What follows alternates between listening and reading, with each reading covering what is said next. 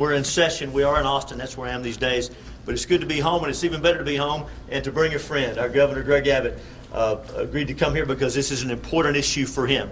He's obviously no stranger to us here in East Texas, and he grew up just down the road from here. And so we're thankful that you're here. Representative Cole Hefner represents us in the legislature. Is here. Representative Hefner, thank you for being here.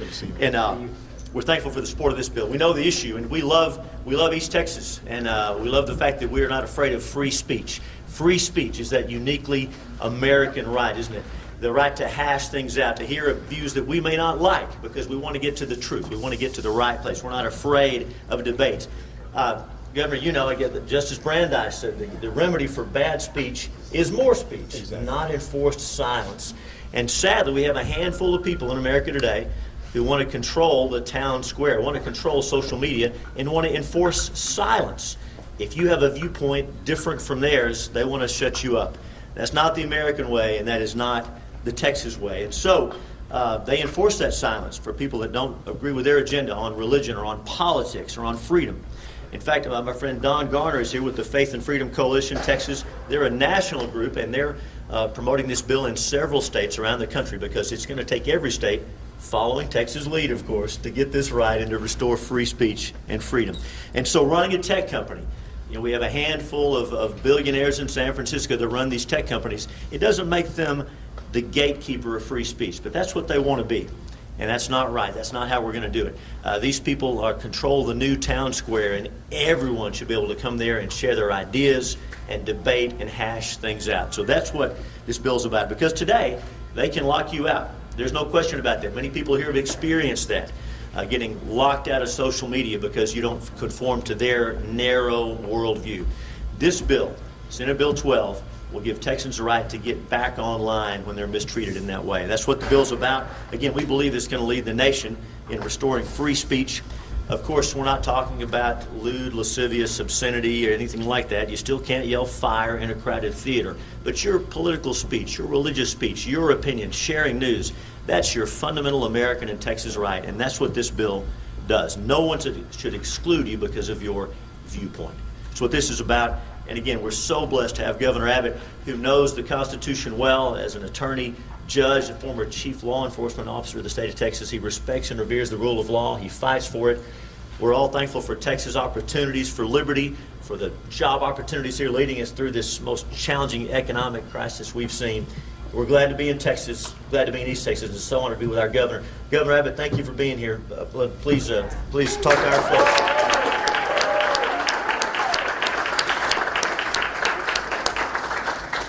Well, first, thank you, Senator Hughes. One thing that Senator Hughes talked about was fighting for things. And let me tell you something. There is nobody in the Texas Capitol who goes to work every single day fighting for freedom more than Senator Brian Hughes. And I'm proud that he fights for the town that I grew up in, Longview, Texas. I know it's not Tyler, but it's still part of the great Senate district. When we went to the big city, we went to Tyler, Texas. But you know, one thing that Senator Hughes fights for is Second Amendment rights, the right to life, so many freedoms. Now he's stepping up, fighting for the First Amendment rights so that conservative speech will not be canceled in the state of Texas. We need to recognize, in Texas, maybe in particular in Texas, we see that the First Amendment is under assault by these social media companies, and that is not going to be tolerated in Texas. There is a dangerous movement that's spreading across the country to try to silence conservative ideas, religious beliefs. We saw that first arise on college campuses.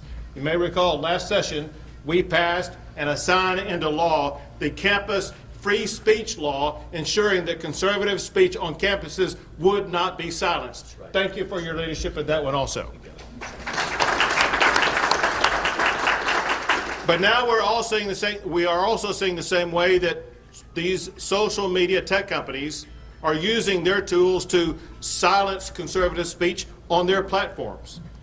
Senator Hughes' bill, Senate Bill 12, protects Texans from being wrongfully censored on social media. making sure that their voices are going to be heard and not canceled or silenced. Social media sites like Twitter, like Facebook, they have evolved into the modern day public square. These are the areas that used to be the courthouse square where people would come to talk. Now people are going to Facebook and Twitter to talk about their political ideas. And what Facebook and Twitter are doing, they are controlling the flow of information and sometimes denying the flow of information. And they are being in the position where they are choosing which viewpoints are going to be allowed to be presented.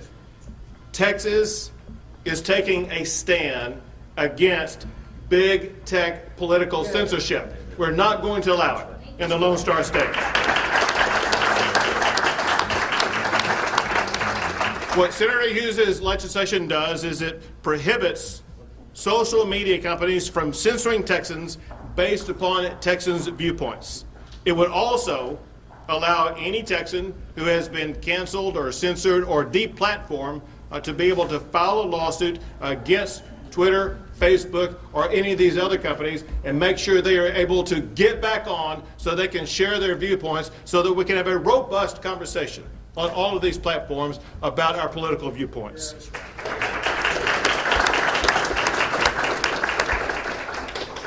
The United States of America was built on freedom of speech and healthy public debate. Big tech's efforts to silence conservative viewpoints is un-American, un-Texan, and it is unacceptable, and pretty soon it's going to be against the law in the state of Texas.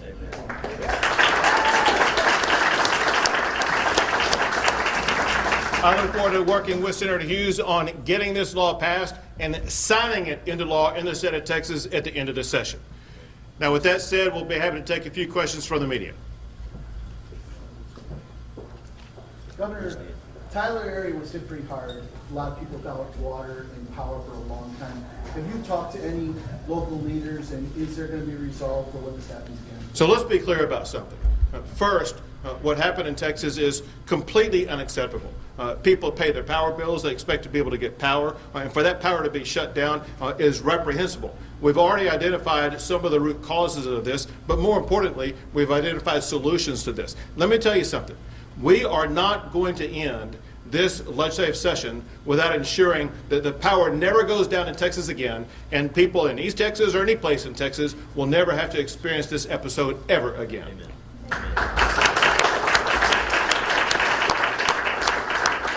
Kind of hard to see with the light, but go ahead.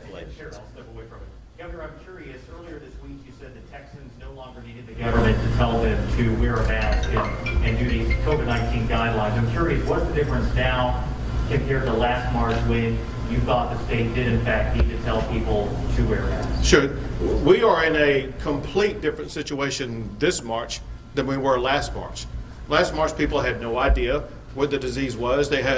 Most people actually had no idea what PPE even stood for. And now we have PPE in abundant supplies. This time last March, we had 0 test kits to be able to test people for whether or not they had COVID-19. But more importantly, there was great confusion about what the appropriate standards were to make sure that we would be able to prevent the spread of COVID-19. And up until just a few months ago, we really had no medical treatments to deal with COVID-19. Early on in the fall, we did have antibody therapeutic drugs that came out. I say in the fall, in October. We had antibody therapeutic drugs that came out that were able to treat people who contracted COVID. Now, most importantly, we have vaccines that we began to distribute in December and elevate and escalate and increase the amount of vaccines that are being provided.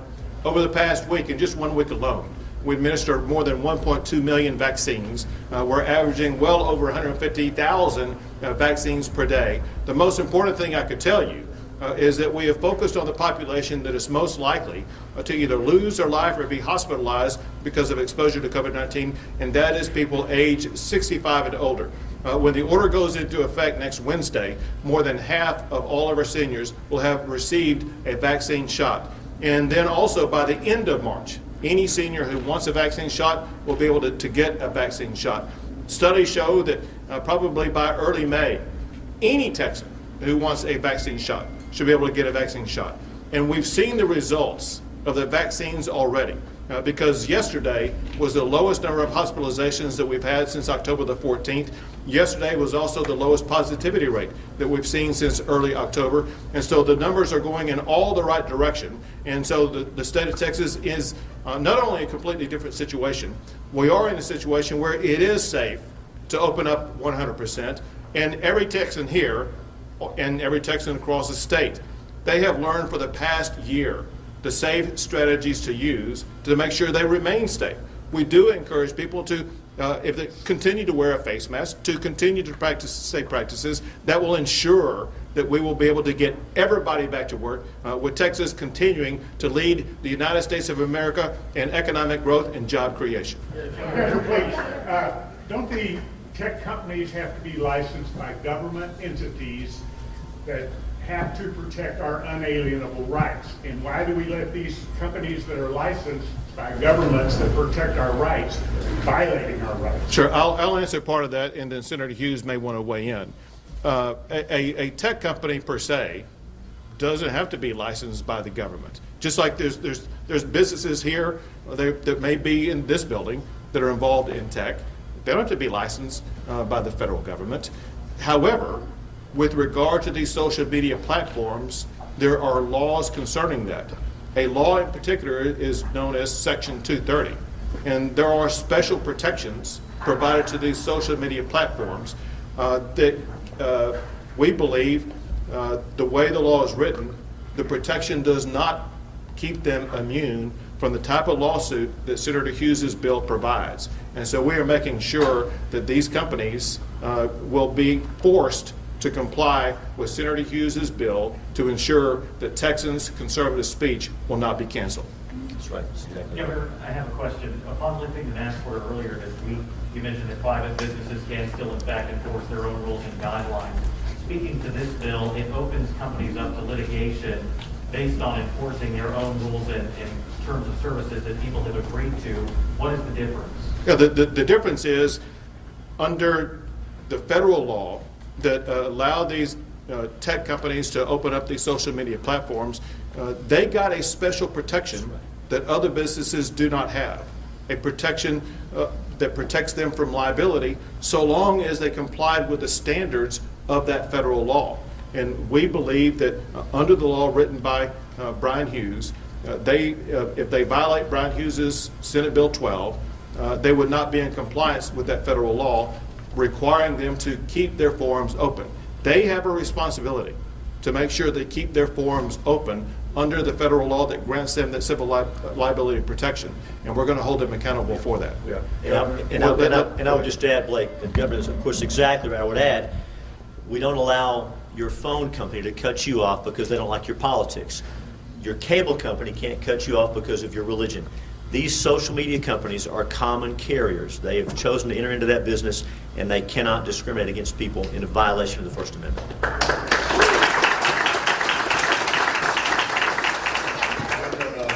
With the mask mandate being lifted, what if, let's go into spring break, what if the numbers jump drastically? Do you see yourself bringing back another executive order, or just telling the citizens to be safe, that you know what you need to do? Sure.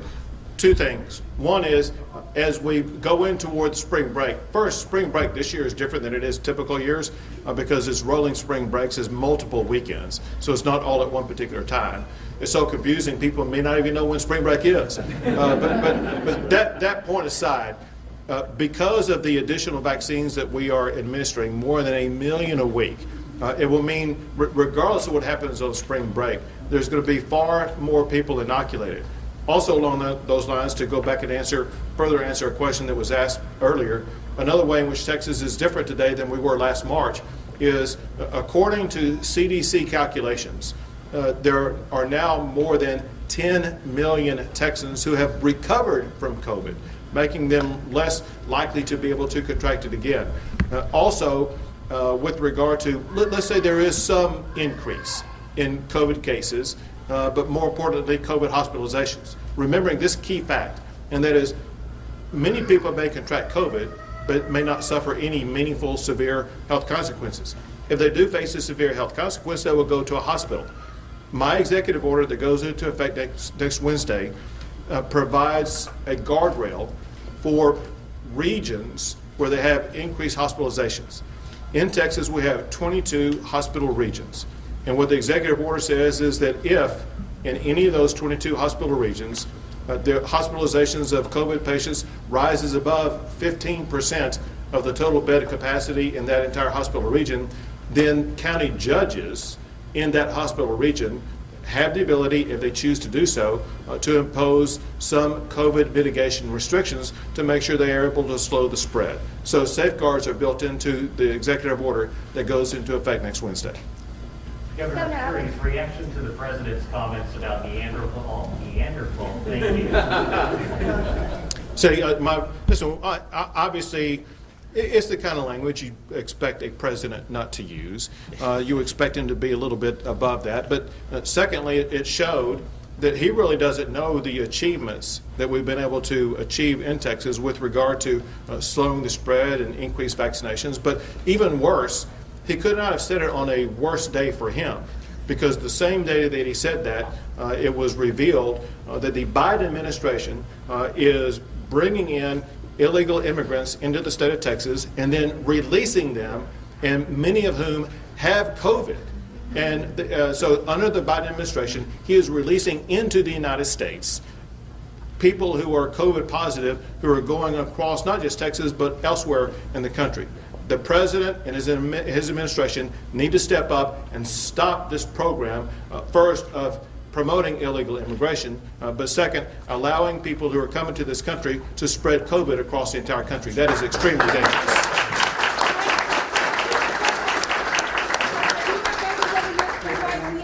Okay, here, Governor.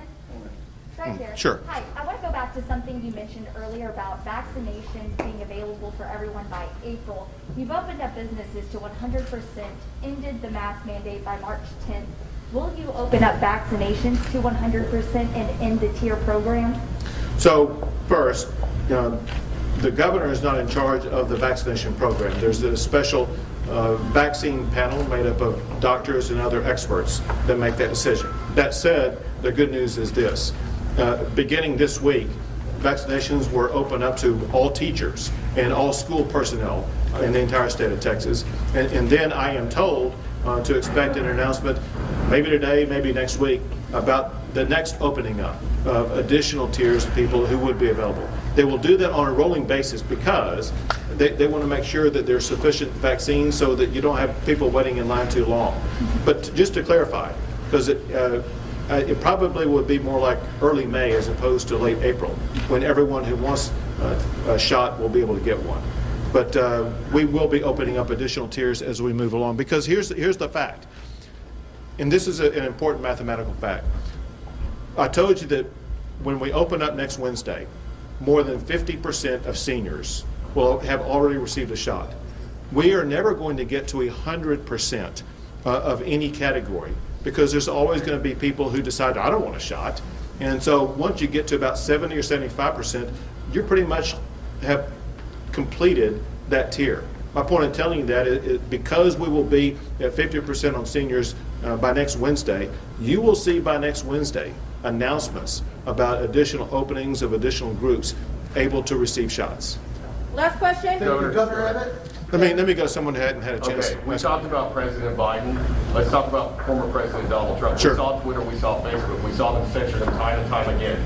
We've seen legislation like this try to be passed before. What makes now different than what we've seen in the past? What can you ensure now with this new thing? Sure. Is the substance of it, and I'll let Senator Hughes explain more of it. I'll answer part of it, and that is the other types of legislation, they try to basically cut through Section 230. This legislation actually wires around 230. It pursues a path that's not prohibited by Section 230, and that's what makes this different. It allows people to get back online who have been deplatformed, and there has been no legislation like that offered up before. But Senator Hughes may know more or better about that. No, Governor, that's exactly right. Section 230, the federal law, Communications Decency Act, is what gives these companies so much power, too much power. We think that's a bad law. We don't like it, but it's the law today. We can't control federal law. Senate Bill 12, it's been worked on by some real sharp lawyers, law professors, constitutional scholars. We read the words of the statute. In fact, Governor Abbott's legal team just filed a brief in the Supreme Court making it clear that under Section 230, states have the right to protect free speech. We believe this works. This will be the model for the nation. This is going to protect Texans' free speech and get them back online. Great, thank you, Vice Chairman. Thank you all very much.